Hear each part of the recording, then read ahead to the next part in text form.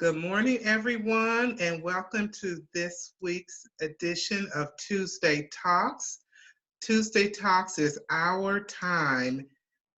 It is our time to share our sacred space so that we in the disability community, families, and stakeholders, schools, students, we can all come together on one accord and we can just support one another, lean on one another, and definitely learn from one another during COVID-19 and beyond. So as you know, last week was our first inaugural sessions, and we meet every Tuesday from 10 a.m. For those who can make it, and then at 6 p.m. For those who would do better with the evening session. We have a pretty standard agenda. We start off with a 20-minute presentation, and we allow 10 minutes of question and answer. And then the last half of our session, we devote to resource sharing. And so we'll jump right in. Today's speaker is the lovely, talented, and amazing Andi Bonge, who is a 20-plus year occupational therapist. And her topic could not be more relevant to us. It is how to manage challenging behaviors at home during COVID-19 and beyond. And so this is the first part of a two-part series.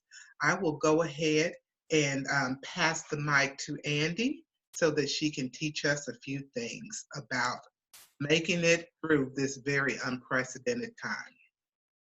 Well, thank you, Kim. I have been really privileged to be able to learn a lot from the children with whom I've worked over the years. I have a bachelor's degree in education with a special ed minor and a master's degree in occupational therapy. And I have to tell you that having those degrees does nothing to prepare you for life in the classroom or with working with individuals.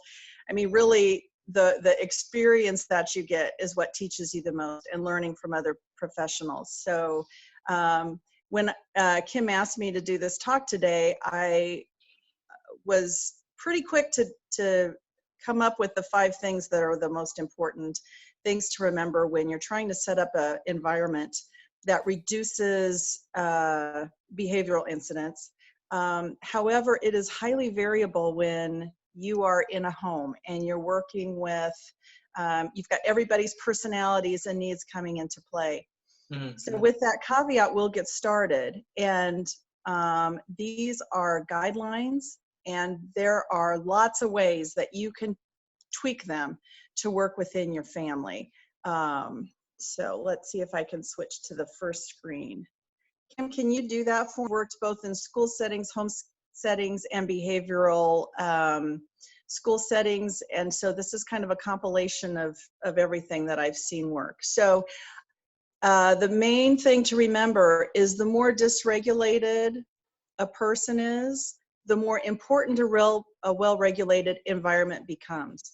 So like, for example, for people who have severe autism with severe behavioral issues, a lot of times the school environment is not tight enough to handle what that individual needs. And so they may need an alternative placement in a behavioral setting where the structure is a lot tighter. Or people who have mental health challenges, sometimes they just are not able to cope with what the environment is throwing at them, and so they may need to be hospitalized for a while to get them into a more tightly regulated environment so that they can kind of stabilize their system. So this is really about how to develop an environment that's more supported and predictable for individuals.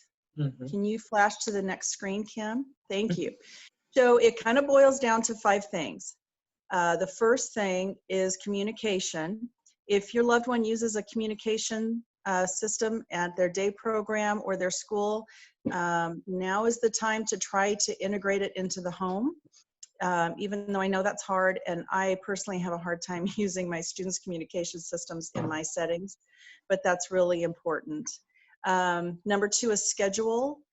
some sort of schedule, and we'll go through some ways that you can do this to make it more flexible or more structured based on what your family situation is like, but a schedule that everybody understands and is not just assumed is super important.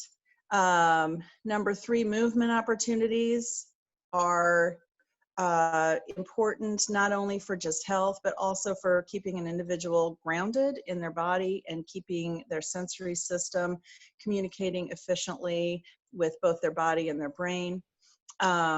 Sleep and nutrition, those are things that can go out of the window when you kind of get off schedule. But those are the foundations for healthy brain and nervous system function. So those are very important. And then you always have to have a contingency plan in your home that everybody knows is the place where you can go and regroup when you're having issues with regulating yourself, so that you do not develop unsafe behaviors.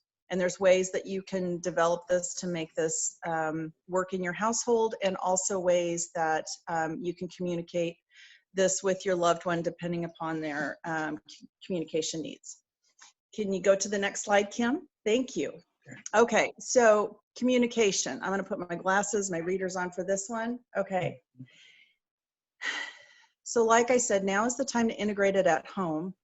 It's very challenging because you've got other children or other people and you're working, but it doesn't, if you can target a couple times a day, target a couple times where you use the communication system, if it's either to help set up what they want for breakfast, where you're asking and they're requesting what they want for breakfast, or if you are trying to schedule what options they want for leisure time, that will be really helpful, because then both you and your loved one will be more familiar with each other's patterns when you need to use it in a crisis situation to keep behaviors from escalating. Does that make sense? Mhm. Okay. Yeah. And forgive me if it's simplistic. I mean, I kind of didn't know what the group was, so we're just going to kind of go with that, and then we can grade it during question and A to determine what your needs are. Communication systems, if your child does not have a assistive tech device, or if they're just using like simple sentence strips or pick sims, those can be very helpful. And a lot of times, even if a child is pretty verbal, I will just use sticky pad and draw little pictures to give them several options of choices. If I get to a place in a therapy session where the communication's breaking down because there's anxiety or resistance or something like that. So even simple picture things that you just draw out stick figures can work really well for that type of situation. For making verbal transition cues simple and repetitive. So for example, if you go into a classroom, most teachers are using very consistent phrasing to signal transitions to the students within the classroom. So for example, and I typically will use a very predictable inflection tone in my voice too, because a lot of individuals will really cue into tone. So let's say a preferred activity like being on the screen is it's time to clean that up and get ready for some scheduled work time. You could say something like, time to check the schedule, leisure is finished, it's time to go to the computer and pull up your work for the afternoon, or whatever. So trying to keep your transitions very predictable and repetitive and using the same tone can be very helpful to take kind of the discomfort out of transition, especially if you have somebody for whom transitions are a problem. When approaching a crisis, reducing visual and auditory stimuli. So I would hardly use any words.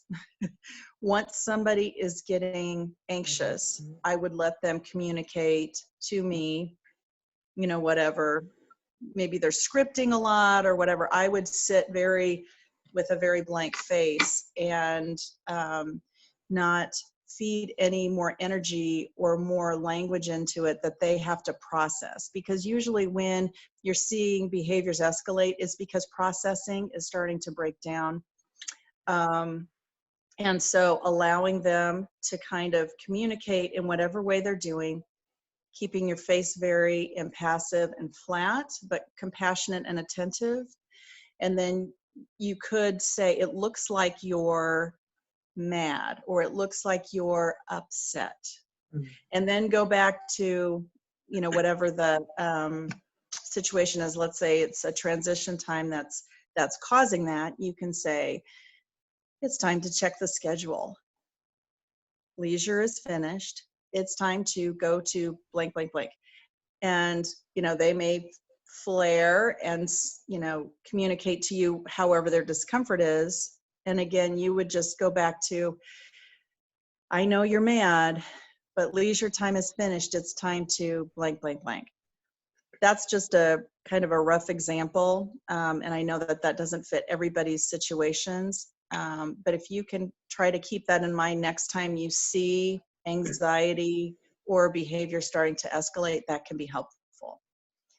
Okay, can we go to the next slide, please, Kim? Thank you. Okay, so the scheduling. Scheduling is really important because it is basically a contract between you and the other individuals that are working on your team, which is your family members, that this is how our day is going to go. And a lot of times in families, we just think, well, the schedule is understood. I mean, we always do it this way.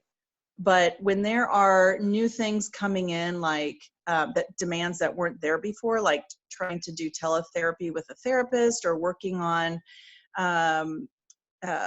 packets at home, those are different task demands. And so we're asking our kids to do a lot more, or maybe we're asking them to take over more chores than they normally would be. We're trying to instruct them to develop more independence in activities of daily living. And so a schedule is very important so that everybody knows and is on the same page. And a schedule does not have to be super rigid or super structured. So my family is not a very structured family, which is problematic sometimes. But I have tried for this whole COVID thing to set up, like, you know, from 8 to 9, we're going to do this, from 9, and that just fell apart pretty quickly because my husband and I were both working. Low-tech examples, again, my favorite thing ever is to have a bunch of sticky notes. And in the morning, you can just draw out a sequence of how things are going to look. So you could draw a little picture of a bowl, and you do not have to be an artist. Let's see if you guys can see this.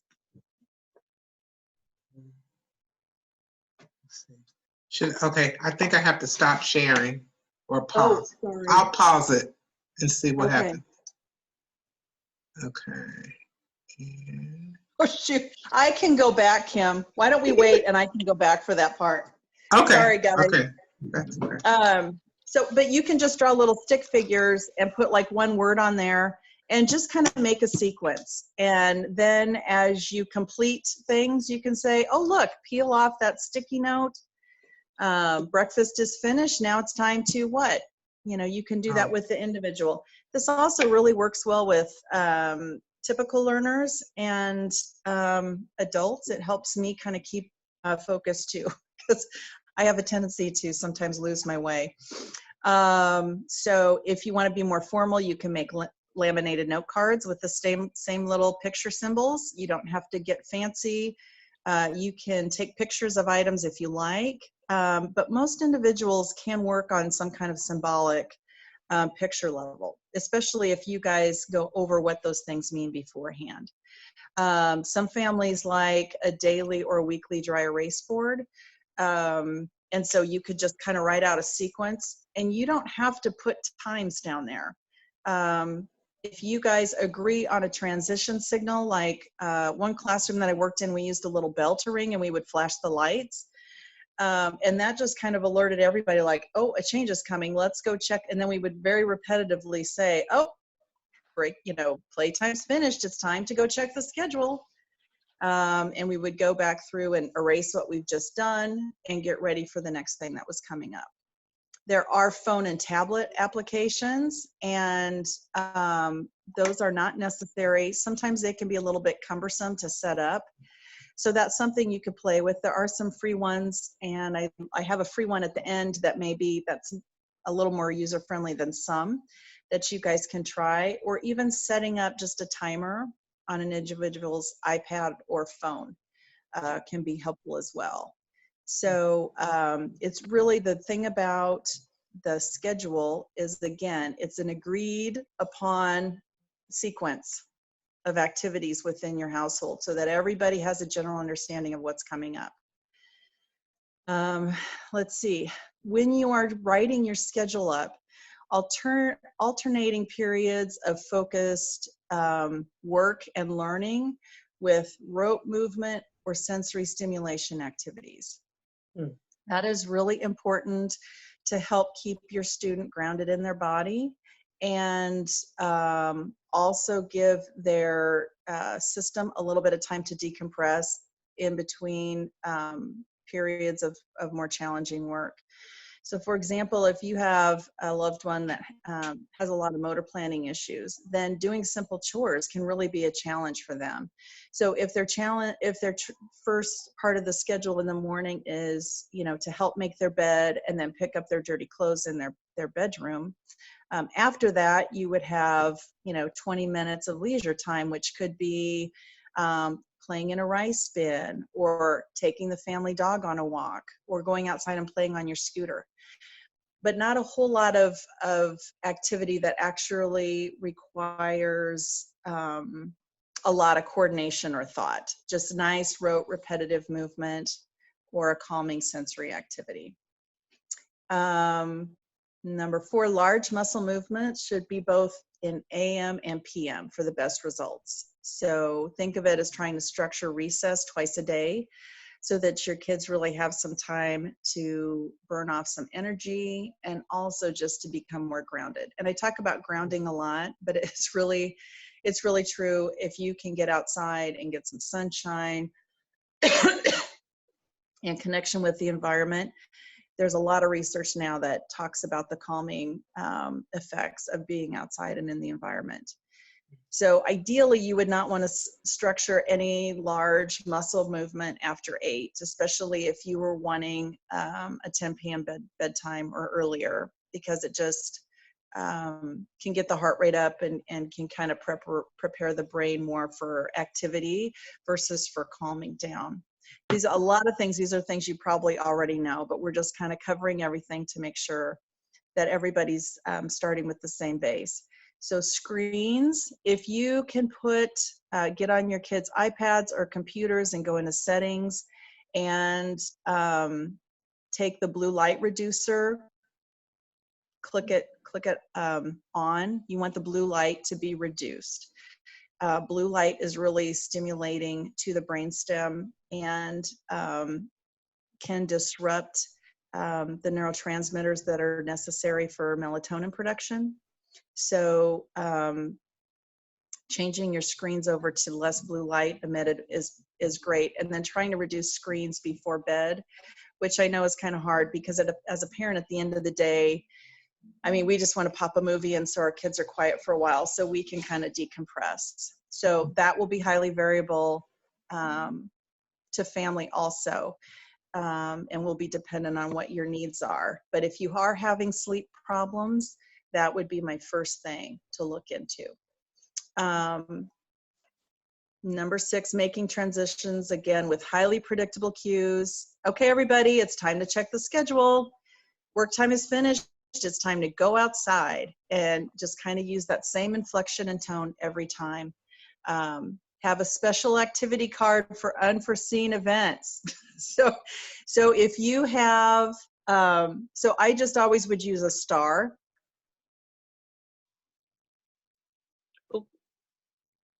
You have to say, oh, look, guys, there's a special activity. Put the star card on there, and you can explain to everybody what's going to happen. Okay, I think we're ready for the next slide. Okay, large muscle movement is crucial for the brain and the body, promotes neurotransmitter production. I'm running out of time, so I'm gonna try to kind of encapsulate this.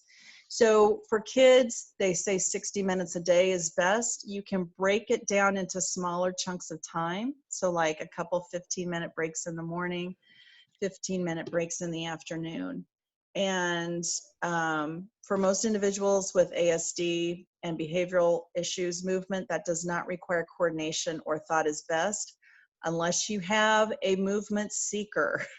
If you have a movement seeker, then they actually will thrive with some more challenges. A lot of times they don't get enough time or thought put into their play to really direct their movement patterns. So this would be the time to, if you want to put training wheels on a bike and work on bike riding. If you want to work on roller skating, my movement seekers love roller skating. And that does not mean they're good at it initially, but it works everything in the body at once. So, and that's what they're craving. They want everything to be working at once. And that's why they're always seeking movement. So really challenging them by teaching them new skills. If you have time or can have somebody else in your family help them, this is a good time to teach that. So walking, running, jumping on a trampoline, pushing, pulling heavy stuff, those are things that are better for kids that are not movement seekers and they just need to get out and move. Okay, we're ready for the next one. So again, going back to scheduling, interspersing work time with sensory play time. You can fill, and I'm sure almost every family with a kid who has autism has some kind of sensory bin. So allowing some stimming and non-purposeful exploration of material is perfect at a time like this and can really help them regroup, especially if they've just completed a challenging lesson. You can store materials in a baggie and switch them out. If bath time is enjoyed, make it time of your daily routine, and you can do that at a time where you notice they tend to be a little more hyper or dysregulated. Throw a couple cups of Epsom salts in there. Magnesium is really relaxing to the nervous system and can help them relax. If you have a little essential oils, put some lavender in there. There's actually good research on essential oils in the nervous system. So those are things that can be helpful to get you through rough spots in the day. Don't be afraid to throw your special activity card onto your schedule and direct them to bath time. This is not the time to push activities that you know cause upset, even if it's something their teacher or their therapist really wants them to work through.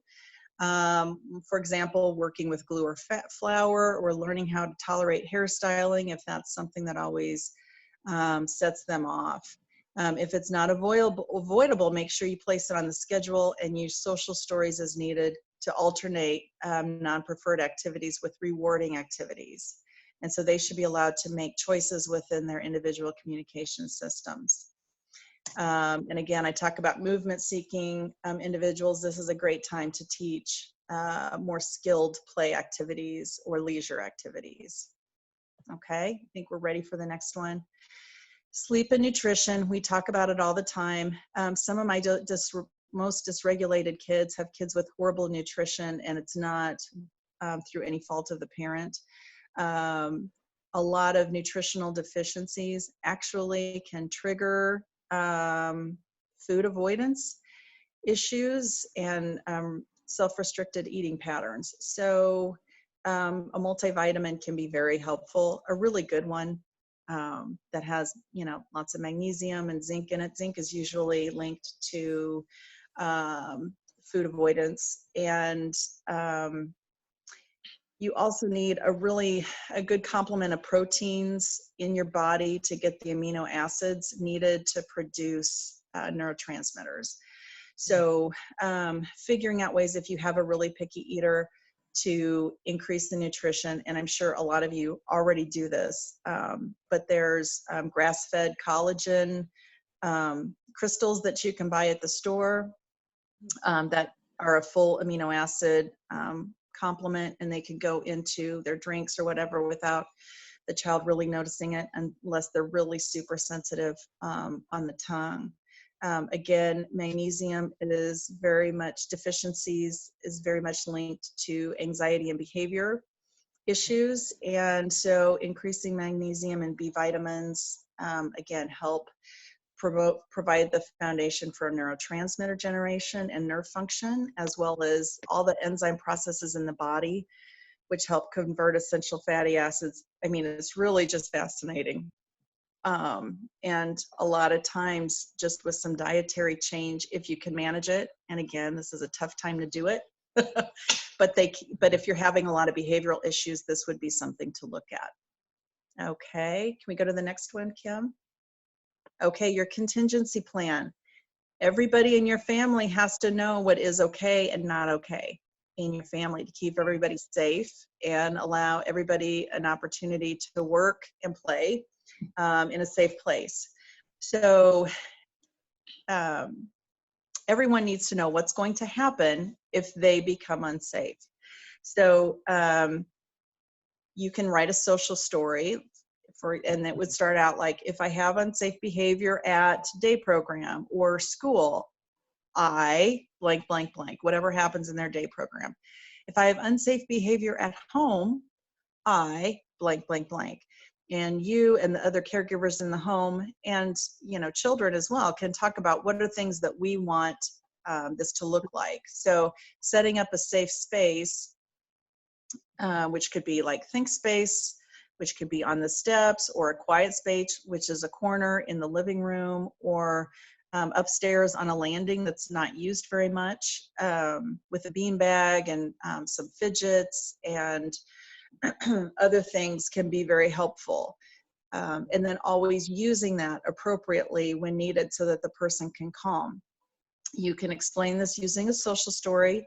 If you haven't used social stories, they are magical. They were started by Carol Gray, and I have some resources at the end that can help you in that. Reading the social story after you figure out what your contingency plan is, reading that social story several times prior to when it is needed is helpful. Then when you go into a crisis situation, you can again read that story, which is very simple language, your voice is very calm, and it just is a way to kind of cut through the individual's agitation so that they can be guided over to the safe space. Beanbags for compressions, weighted blankets. I just saw them, Walmart has them for $35, I think. Any individual's preferred fidgets, calm music, no screen time. I would not recommend any screen time for this calming space. And then when the individual is safe and calm, they get to transition back to the activity that they were at when they had the upset. They complete the activity, and then you just move on with the schedules before. So resources, there's Kids To-Do List. It's a free app in your app store, and it's fairly easy. I have not found any on-screen app that really is 100% as easy as using sticky notes. Social stories, go to fasdtoolkits.weebly.com. That's an excellent place. Also, Carol Gray Social Stories has a lot of information. Music for sleeping, Natural Sleep Inducement by Dan Gibson. It was published in the 90s. You can play it, the whole thing, on YouTube. Just set it, it'll go through all the tracks. Or you can purchase it. Make sure you do not shuffle the tracks. They have to play it in order because they guide the brain through different wavelength states to go into a sleep state. Nutrition, Healing the New Childhood Epidemics by Dr. Kenneth Bach has a lot of information on how to deal with different issues with nutrition. And taconow.org. Under the menu, there's a part on diet for family resources. And then Sensory Sites is the autism, gosh, I can't even, the autismsite.greatergood.com, and Growing a Jeweled Rose has a lot of excellent activities on it. So I'm open for questions if we have time.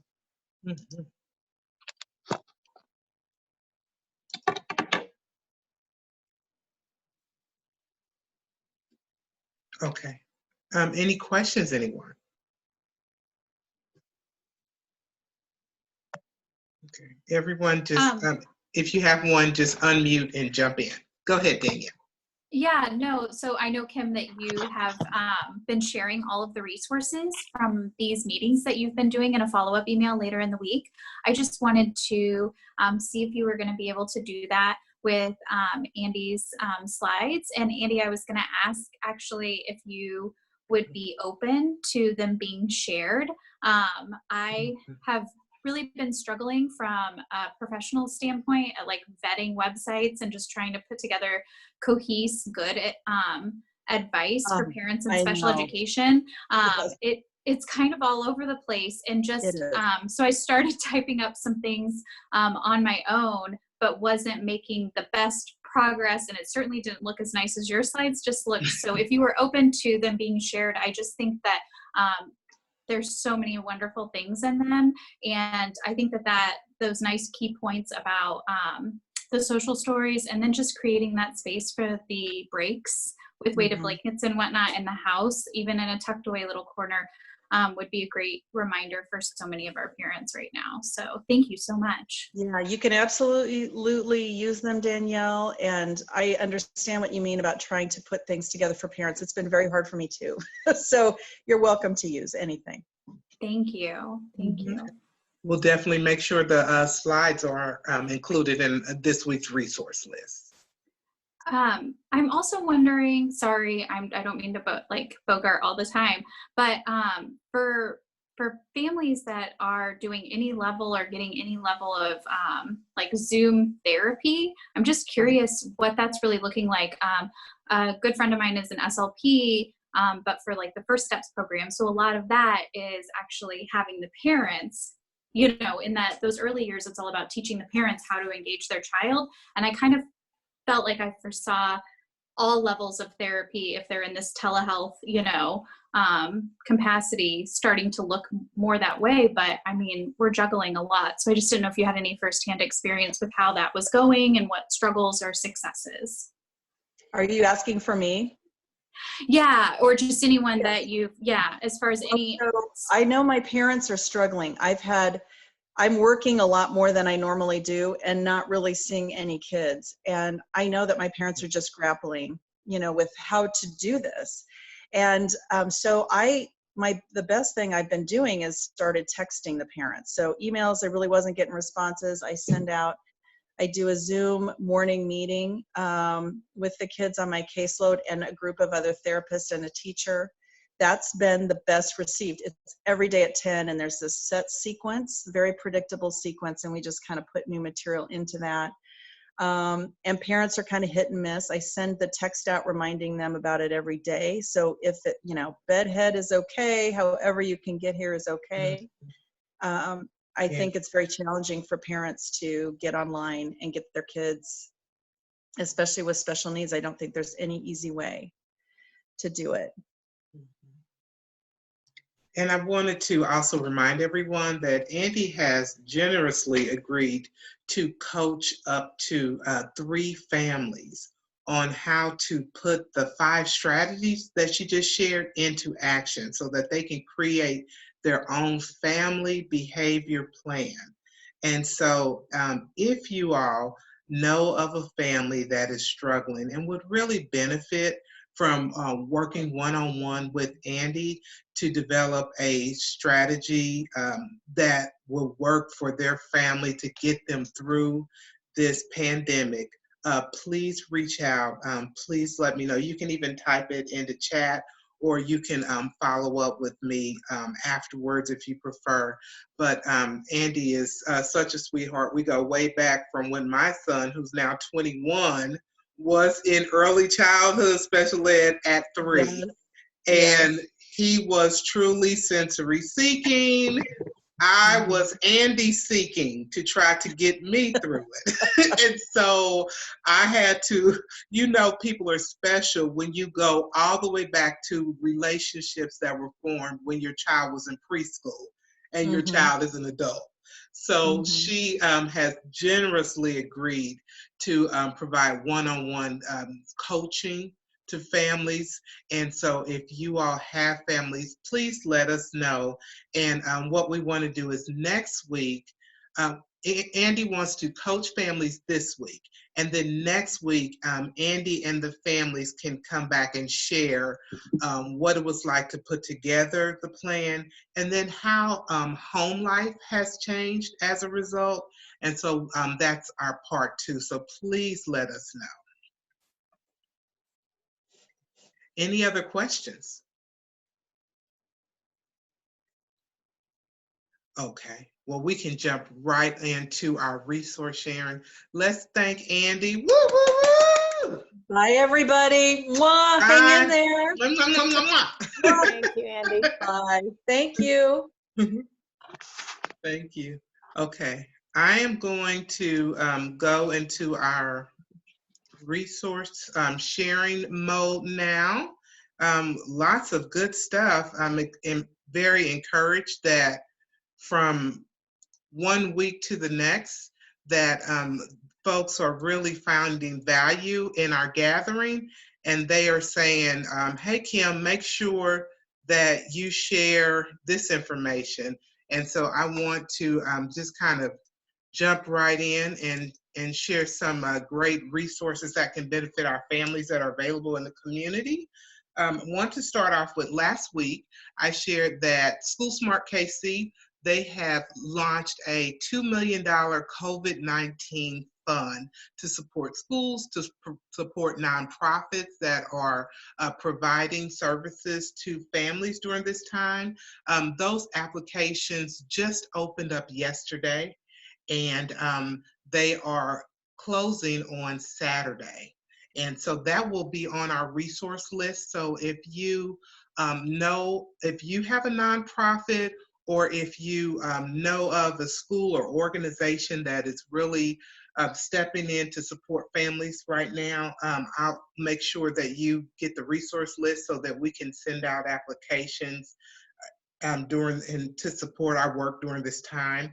Also, last week, in weeks past, we talked about how schools have done a wonderful job in making sure that Chromebooks were distributed to families. And one of our concerns was that so many of our students who learn with assistive communication devices, they use iPads.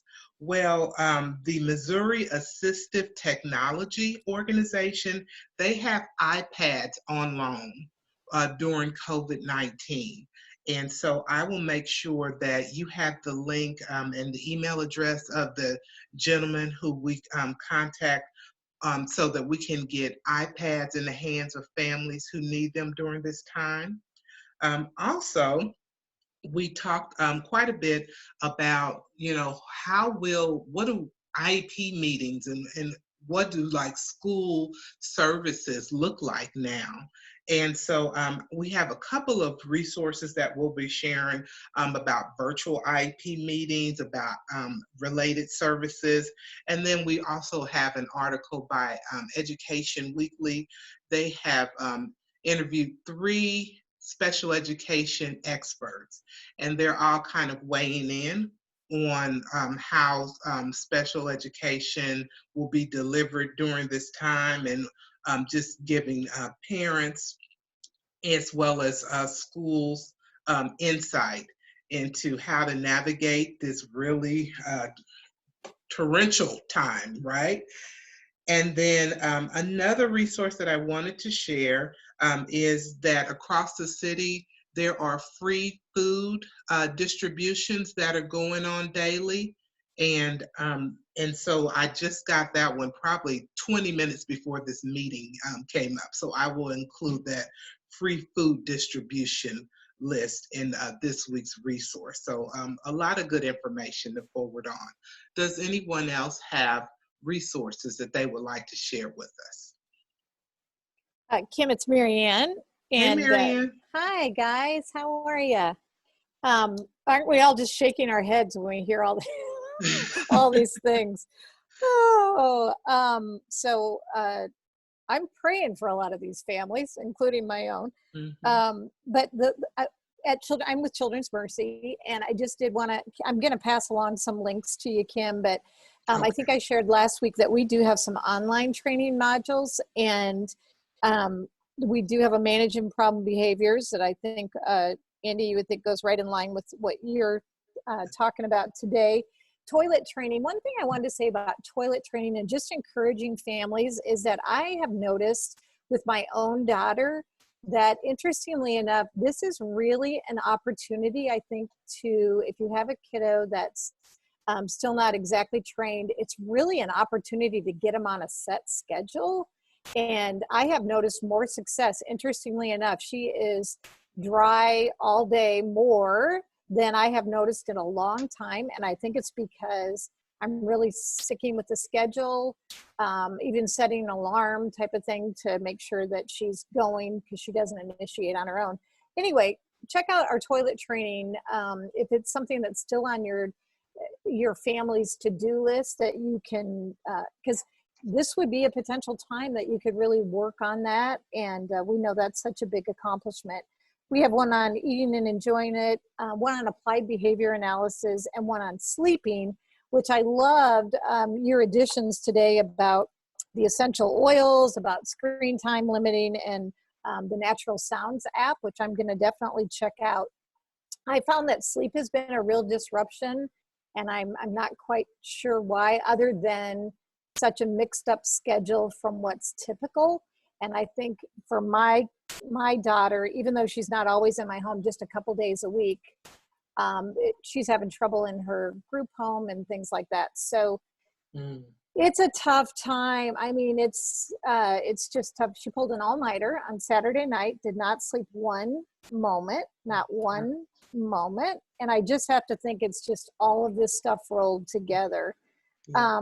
But also, yesterday, finally, we had worked a couple weeks ago. A lot of people at Children's Mercy had worked on a COVID-19 toolkit also, and it went up on our website yesterday. And I think it's called, I'm not savvy enough to go back while I was in this talk, but I think it's called Social Distancing with a Purpose. And so it has activities to do. It has what to do when you're stressed, parents. It's everywhere from virtual field trips that you can take online, and just a lot of really good stuff. And then I just went perusing on ABA activities, because again, thinking that maybe families could do quite a few ABA things. You know, again, if they're trying to look for structure, there was a great ABA, like 50 ABA things you can do, and some of them just have to do with making lunch, or something that you're going to be doing otherwise. So I'll try and find those and link them and put them in the or give them to you, Kim, so that you can link them. And then I will say, last thing I'll say is that I did also check with our friends and colleagues at the Thompson Center in Columbia yesterday, and they have a great toolkit as well. So I know those are specifically for kids with autism, but ours are for all kinds of kids and parent situations and things like that. So we just hope it's a help, and I'll get those all to you. Cool. Hang in there, everybody. Thank you, Mary Ann.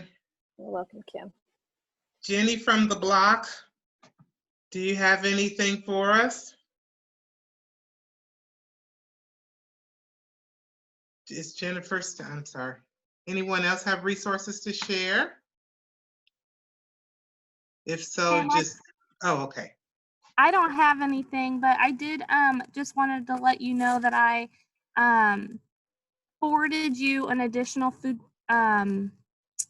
resource. It's not really a food pantry, but it's a church that's actually delivering to a wide radius of within our city. So they'll even, I think they're out of KCK possibly, but they're even delivering to like Lee Summit. So I forwarded that to you. And then we also have developed a resource list that's on our website, and I posted that in the chat, but you might maybe link that to your list. I'm not sure. It is updated every day.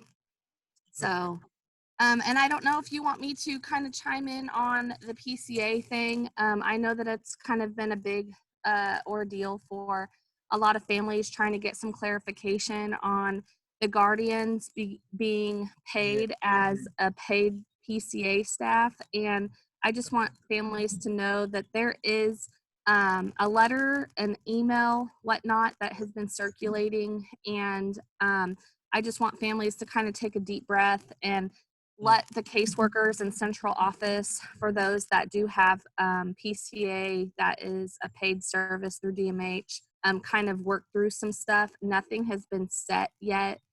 They are still working on it. If it's already been approved and family has been working and getting paid, they're not going to make any drastic changes right now. So they're not taking that away. Just continue as you're doing. And as soon as we get more information, that information will be shared. So that's pretty much where we're at now. I know that we all kind of want answers now. I know I'm very impatient when it comes to this kind of stuff. So I can only imagine the frustration, but just know they are working on it. And just a little background information, Jenny is a support coordinator supervisor, is that right? No, not supervisor. I don't want their job. She is a support coordinator extraordinaire with Jackson County ETAS. And so we are so grateful that she is on our calls each week to just kind of update us on state resources that we can use. And so we were so excited last week to report that parents, guardians, and persons 18 and over, that they could now be compensated to provide personal care attendant services. And that's a really broad category. These are goals that most of our families are working on anyway. So if you're working on independent living skills, making sure your child can brush his or her teeth independently, making sure your child can prepare a meal, get dressed independently, then we were excited that even though the PCAs aren't able to come to the home, that families could actually be certified and they could be compensated for providing this service themselves. And so no sooner had we reported it, and then Jenny said, oh well, Kim, it looks like it's in question. And I said, well, I guess that's why we're meeting weekly, so we can just kind of stay on top of things. So Jenny, she was sharing, that is still being discussed. It's still being planned out. We will continue to keep everyone posted, but we're hoping that it works out so that parents, guardians, and even there could be siblings who are 18 and older who are providing those resources. We know that sometimes our kids can be even more responsive to non-parents.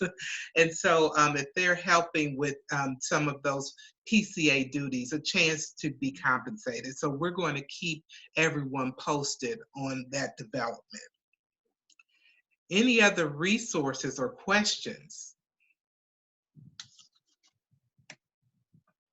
Okay. Well, then we will move on. Our final piece is just a quick reminder. We are in the month of April, and I'm telling you, even though we were in quarantine, hey, I got you covered. We're going to have a great month. We are going to come back next week on the 14th. Andi and families are going to share how they implemented the 5 strategies that she shared with us, and they were able to implement them at home and how that worked for them. And then we're going to wrap this month up on another note. I am often asked, so Kim, and I'm usually asked in a very hushed tone, Kim, and it turn around like making sure no one's looking. How do you have the talk about sex, about changing bodies with your child? I don't know how to approach it. I don't know if he really understands it. These are the conversations that we have. Well, we are very fortunate in our community where we have a disability sexpert, Dr. Daryl Lang, who will be with us on April the 21st. And he is going to talk about sexuality, how it plays out with people with disabilities, and talk about changing bodies and hormones. And he's going to talk with families about how to have the talk with your children. And he's not going to just talk with you. He's going to make sure every family has a script. So you can take that script and customize it so that you can in turn have the talk with your child. And he also will coach 3 families for free during that week. And then the final week in April, he and the families will come back and they will talk about how they created the script, all of the trepidation and nervousness about having the talk, and then finally how the talk went. So we are just excited. We want to make sure that while we have this time, this quarantine, that we really use it to meet families where they are. And we are 1,000% committed to getting out of this pandemic. We want to be united. We want to leave it stronger, and we want to be better. So please share with your network as many as possible about what we're doing. If you have ideas, please share them with us. And we thank you all for coming, and we hope to see you next week. Any final comments before we wrap up? Either you all are just ready to enjoy some sunshine, or y'all just sick of me. Either way. Either way, it has been fun, and I look forward to seeing everyone. Either you can come back at 6 o'clock, or and you can also come back next week. So thank you, everyone, and have a wonderful day. Thanks, Kim. You're welcome. Thanks, Kim. You're Bye. welcome. Thank you. Bye. Great work, Kim. Thank you. Thank you, Kim.